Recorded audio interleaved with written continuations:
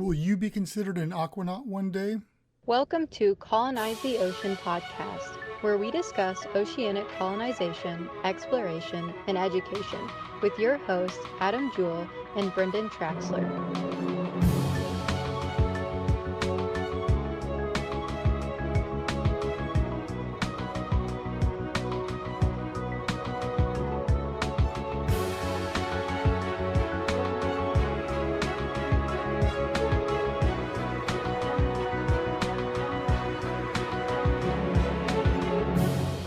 So when we get thinking about the word aquanaut, which most of us divers or people who work in the ocean, marine, different vocations are familiar with, but the definition of an aquanaut is any person who remains underwater, breathing at the ambient pressure for long enough for the concentration of the inert components of the breathing gas dissolved in the body tissues to reach equilibrium in a state known as saturation. Usually this is done in an underwater habitat on the seafloor for a period equal to or greater than 24-hour continuous hours without returning to the surface. So basically, I think that the key word in there that really dictates this whole idea here is that breathing the ambient pressure for long enough.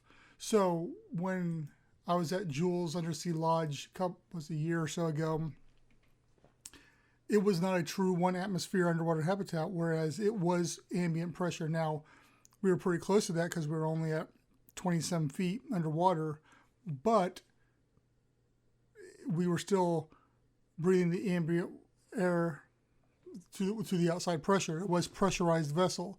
So therefore, that's how we were classified as aquanauts. In the future, that may not be the case, because when people are living in a one atmosphere habitat at 30, 60, 90 feet, they're not at ambient pressure anymore. So at that point in time, you're just a visitor and you're just like anybody else. The question came up not too long ago, and so I decided to make this short on it, because if that was the case, 15, 20, 50 years from now, there would be millions and millions of aquanauts, and that term would lose some of the luxury or the sexiness of it, just like an astronaut. That's the kind of thing, part of the concern with, Bezos and Richard Branson, because they're right on that borderline of what dictates what an astronaut is or isn't. And people are concerned about the commodity and commoditizing that term.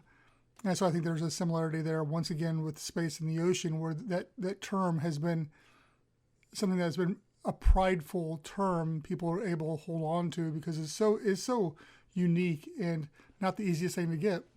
And when we turn that into, hey, anybody that just stays underwater for a day or two is an aquanaut, I think that cheapens it to an extent.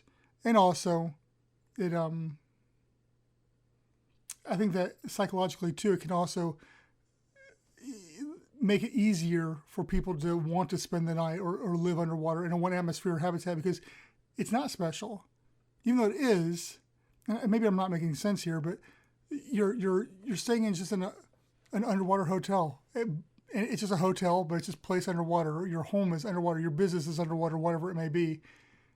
And it feels, it looks, it smells all the same as it would on land. The only difference is you look out the window, you don't see trees, you see coral. So, based on the definition of what an aquanaut is, I think that I answered my own question from the beginning. No. In the future, when you are living underwater at a one atmosphere habitat, you are not an aquanaut. But here's the question for the week then. We will have this whole new slew of people living, working, vacationing underwater. Do we coin a term for that? Is there a special term for people who spend a good chunk of their time underwater,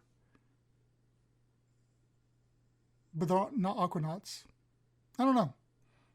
It's just one of those little things that doesn't really matter or anything, but it's a fun little thought experiment there for you. So with that being said, Discuss.